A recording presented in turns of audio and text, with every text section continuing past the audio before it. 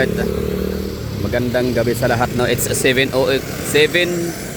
ng gabi, Martes, no? January 14. So ano siya, back to normal na yung ano natin dito, senaryo sa Davao. Back to normal yung senaryo, like face to face classes na siya, unlike kahapon na online. Kasi nga ano, walang madadaan ng mga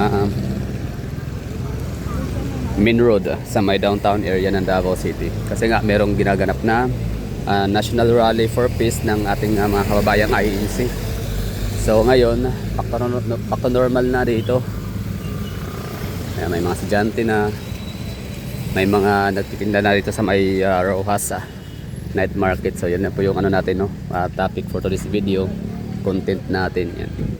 Kasi kagabi nagising ako ng alas 7, dumaan ako dito, walang tao, walang nagtitinda, no? Walang stalls, hindi open, I mean walang nagtitinda, no? Walang nagninegosyo kagabi. So ibig sabihin parang ano, no, kinuha nila as opportunity na makapagpahinga muna sa pagtitinda. Parang nag-giveaway itong ating mga kababayang Davaoenyo para sa ginagawang National Rally for Peace ng INC. So giveaway sila, means like hindi sila nagtitinda, gano'n, no?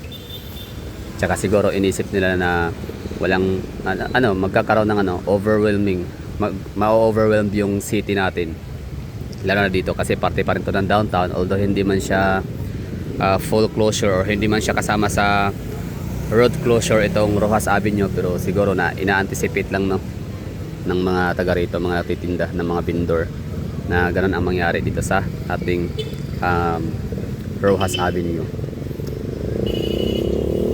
Pero hindi ako sure doon, ano ko lang yun, assumption ko lang. So ngayon 7:08 na ng gabi, kaka ano lang ito, no, kaka magto 2 hours pa lang siguro, kasi di ba alas 5 nagsisimulang mag put up, installed ng mga tolda ang mga nagtitinda dito. So 2 hours pa lang, pero yan, inulan na sila. So hindi pa sila masyadong nakabenta, pero may mga ano pa rin, no, pumapasok pa rin, may mga customer pa rin, no. So rain or shine.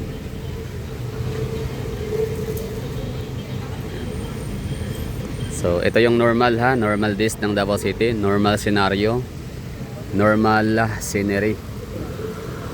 May mga estudyante sa unahan yan, nag-aantay ng mga masasakyan papuntang ano yan, mga Mintal, Tugbok, Bunawan, pwede rin.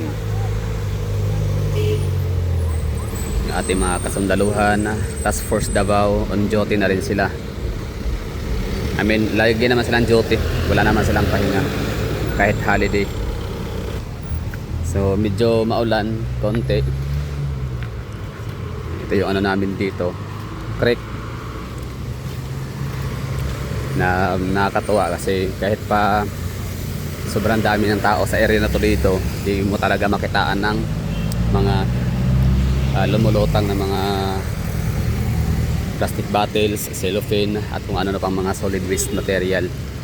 Although meron naman, pero yun na nga, bilang lang sa daliri. Minsan wala, minsan meron yun, pero yun na nga, very rare.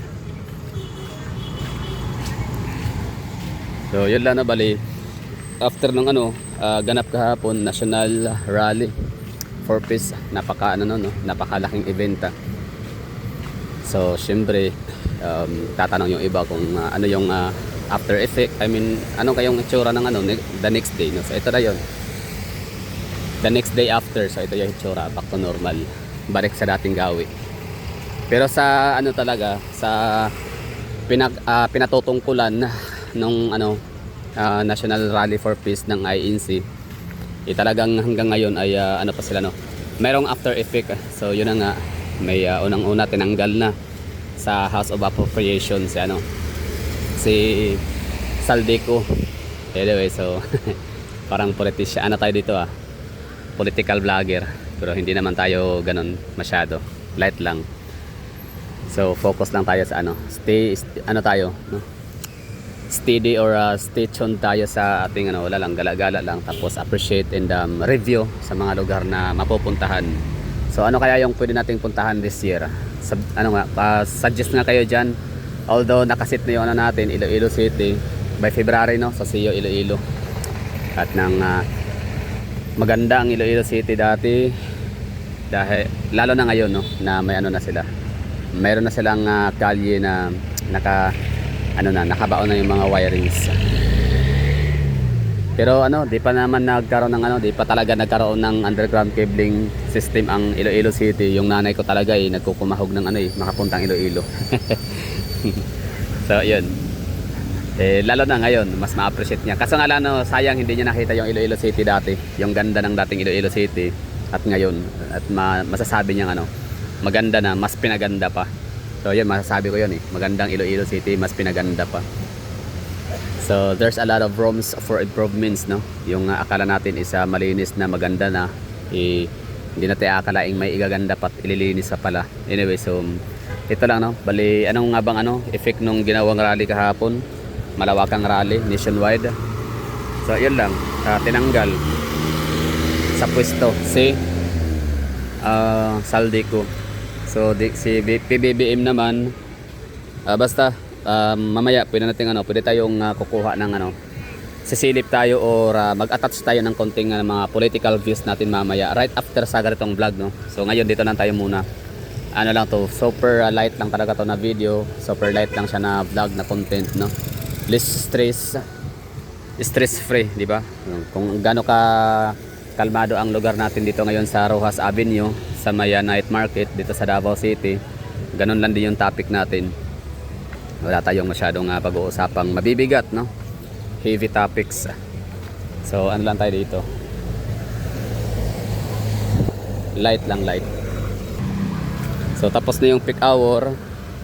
Peak hour kasi naglalaro sa alas 5 ng hapon hanggang alas 7. So, lagpas alas 7 na. Kaya, medyo normal na yung daan natin. Hindi na natin makikita yung mga grupo or yung malaking grupo ng mga commuters na nag-aabang ng masasakyan at wala na rin tayo makikita ng mga bus na nangungulikta ng pasahero. Provincial bus pero ginagamit sila as a transporter, no, ng mga pasahero natin dito sa Davao City bound for their respective barangays like Toril, Mandog.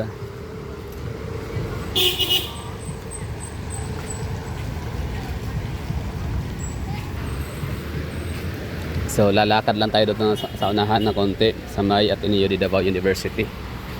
At doon medyo mas maraming estudyante doon, mas malapit kasi sila sa Ateneo de Davao University. Siyempre, no, pakuran ng Ateneo. Tapos malapit lang din sa STI College and malapit lang din sila sa Joji Ilagan.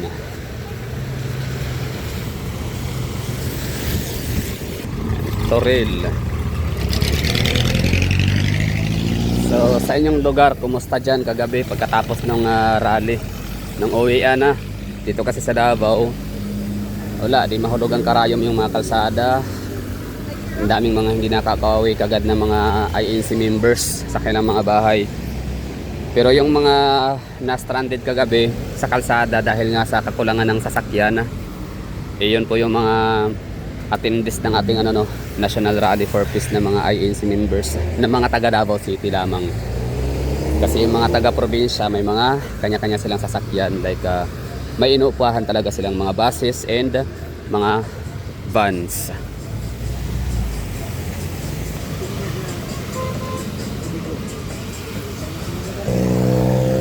So suggest kayo dyan, no? Ano kaya pwede natin puntahan? Yung hindi ko pa sana napuntahan, let me know in the comment box. Kunyari, example, tapos ako mag Iloilo, tapos na tayo mag Central Visayas, tapos na tayo mag Central Luzon, tapos na tayo mag NCR, tapos na tayo mag Northern Mindanao, Caraga Region, tapos na tayong mag BARM. Yung sa BARM, hindi man lahat napuntahan natin, no? Pero malaki-laking bahagi na rin ng BARM ang ating napasyalan. Yun na nga, like Cotabato, Maguindanao, Sultan Kudarat, and Lanao, Marawi, mga ganun.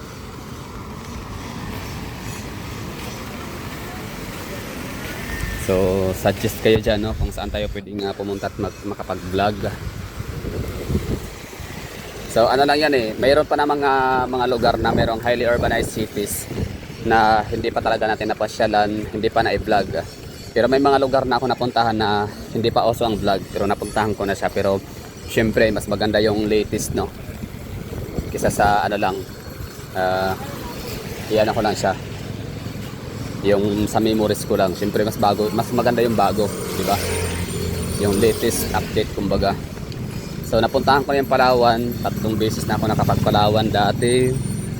Sinuyot ko yung ano, Coron, El Nido, and Puerto Princesa. Inulit-ulit ko siya 3 beses talaga nung araw kasi mura pa kasi pamasahe noon. AirAsia 750 balikan. Ngayon wala ng AirAsia, pero mas mura pa rin ang ano, ang Cebu Pacific. And ano pa, nakapag Bicol region na rin ako, no. Tapos na tayo mag Bicol region, pabalik-balik tayo doon. Buong Kabikulan talaga, malaki ang Bicolandia ha.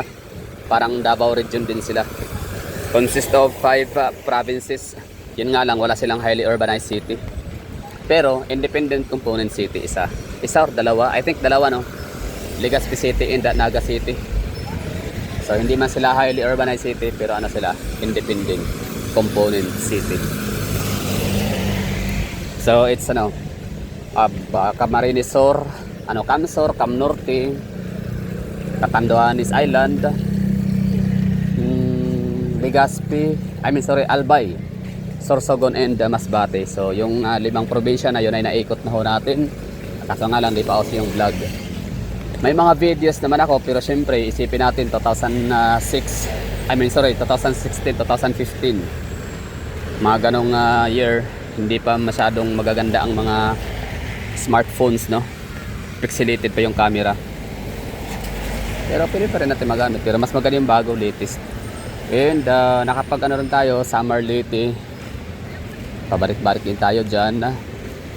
Hindi ko pa talaga napuntahan ever ay ang sa may Zamboanga Peninsula. Mga Pagadian, Dipolog, Zamboanga Peninsula, Zamboanga del Norte, Zamboanga del Sur, Pulos Solo, no? Hindi ko pa napuntahan yung area na yon. Pero try natin.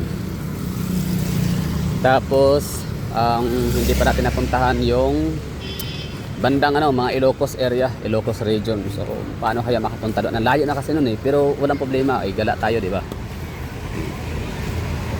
So ano bang meron sa Ilocos Norte, Ilocos Sur? Ano bang mga lugar na pwedeng puntahan? Vegan, no? Maganda ang vegan.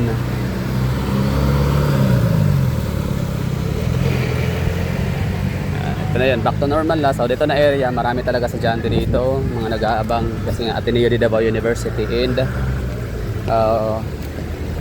George Ilagan and yung ano, STI College.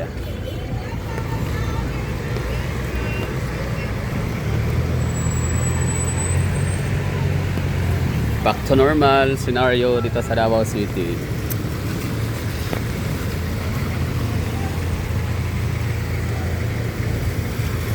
Palawan, Puerto Princesa City, Palawan. So ano sila, highly urbanized city. And sa may Quezon Province, ano lang, 2 beses ako napunta, pero hindi sa Lucena. Kasi di ba ang pinaka highly urbanized city ng Quezon Province ay Lucena City. Pero ang napuntahan ko lang dati is ang Tayabas, Quezon. Which is akala ko kasi dati mas malaki, na pinakamalaking syudad ng Quezon City ay ang Tayabas City. Yan pala, Lucena pala. Sige lang. Okay lang din, no? Babalikan natin yun. Pero di ko alam kung kailan. I mean, pupuntahan natin yan.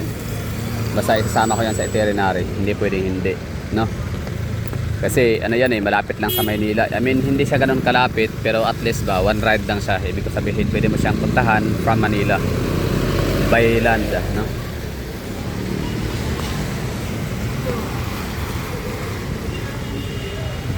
So mamaya may i-upload ako mga videos din ng ano, tungkol sa mga ano, yung tungkol kay Carlo Nograles na namataan pala siya, no, during National Rally for Peace. Galing. Nakakatawa. Grabe, oh, na lakas ang ano, lakas ang apog ni ano ni Kaloy Nograles. Hindi nakikinig sa ano, no? Hindi siya nakinig sa not following instruction. Sinabing walang ano eh, walang political color itong ginawang national rally ng Iglesia ni Cristo. Pero andun pa rin siya. Okay lang siguro kung si VP Sara or sino mga kaalyansa or mga supporter ni Sara Duterte, kasi yung National Rally for Peace at saka mga kaalyansa ni BBM, di ba? Kasi ang National Rally for Peace ay meron siyang kinalaman sa declaration or sa statement ni Pangulong BBM na hindi ipagpatuloy or dinidiscourage niya ang impeachment case laban kay Sara Duterte. So yun ang sinuportahan ng INC. Tapos yung naman, syempre direct din na nakikinabang or direct na medyo may kinalaman din siya kay VP Sara Duterte, kasi nga dahil nga yun sa impeachment case ni Sara Duterte, na yun na nga kung wala rin naman talagang existence, kung sabihin natin hindi nag-i-exist si VP Sara Duterte sa mundo, sabihin na natin, no? So walang magaganap na event na napaka-historical kagaya kahapon, no, na National Rally for Peace, in support of BBM statement na wag ituloy ang impeachment case ni Sara Duterte. So ibig sabihin, it's all about Sara Duterte. It's all about BBM statement not to pursue the Sara Duterte impeachment case, and it's all about INC stand for peace and unity and progress and prosperity. So walang kinalaman ang tropa ni Carlos Nogra ni Tambaloslos and yung kanyang mga tambalalays to the core. So mamaya pag-usapan natin yan, exclusive. I mean exclusive na vlog, ibig ko sabihin yung walang mga mix na mga ibang topic. So exclusive lang talaga siya sa ganong political views and opinions. So okay na tayo dito, alis na tayo, no? And nga pala, mamaya din mag-upload din ako ng after effect ng Iglesia ni Cristo National Rally for Peace dito sa Davao City. Anong ibig kong sabihin doon is yung after effect, like kumusta kaya ang Davao City right after matapos yung kanang National Rally for Peace. Kumusta ang mga kalye, mga lansangan na kung saan pinagdaosan nila, no, ng rally. At kumusta yung mga highway, kumusta yung mga kalsada, yung mga jeep, yung mga commuters, lahat-lahat, no. So mamaya pag-usapan natin yan, exclusive. Tsaka pala, no, idadagdag rin pala natin dito yung crowd ng University of Immaculate Conception, UIC, yung mga kulay pink ang mga skirts yan, UIC din pala, no. Hindi lahat hindi lang Joji Ilagan and STI ang mga estudyante na nag-aabang dito ng mga jeep na masasakyan or makasakay ng jeep pa uwi.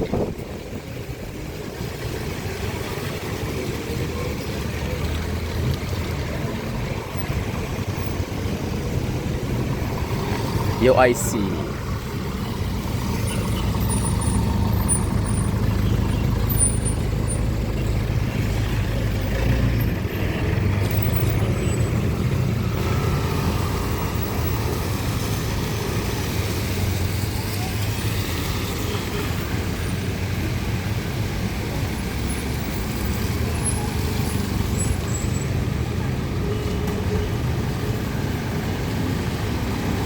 Di ba?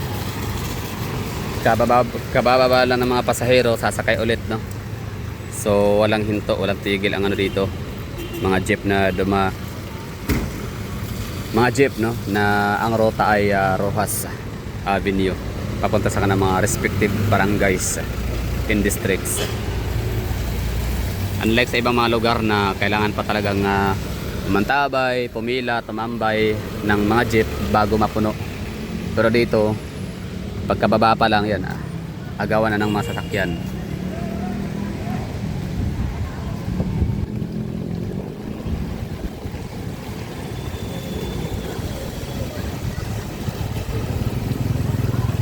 So try nating maging political vlogger mamaya.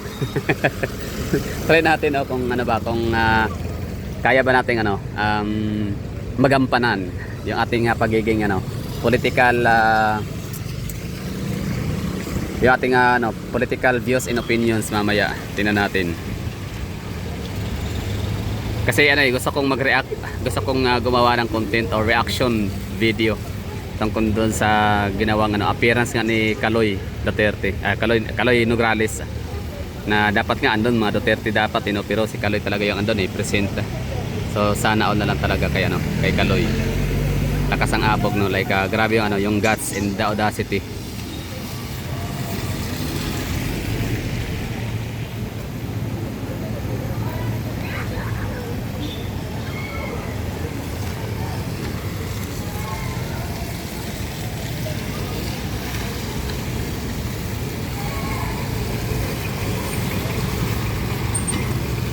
Back to normal.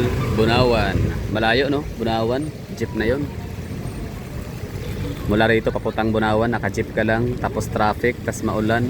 Grabe din parusa nun. Samantalang kung ma-implement na yung high priority bus system natin dito sa Davao, napakahayahay para sa mga commuter na umuwi sa mga ganong barangay, mga malalayo.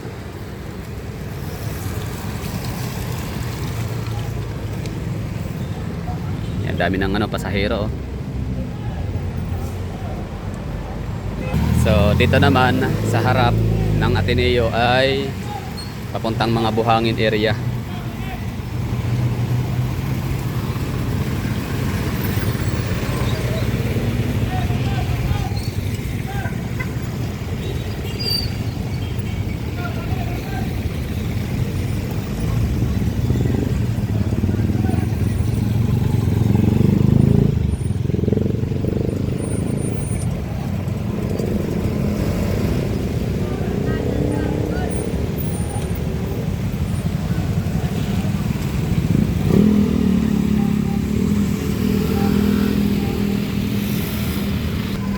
So dito naman sa kabila, sa left side ay ang papuntang mga Mintal, Tugbok, Kalinan. Yan. Catalonan Grande. Asa na kasi yung metro shuttle bus, ba't wala pa? 'Di ba andyan dapat na nakaparada, nakapila. Papuntang Catalonan. Malaking community din ng Catalonan Grande, no? Maraming tao din diyan, subdivisions. Maraming mga villages. And dito naman sa right side papuntang Toril, mga Iwa, Toril, basta papuntang Toril, Pulas, Apuan.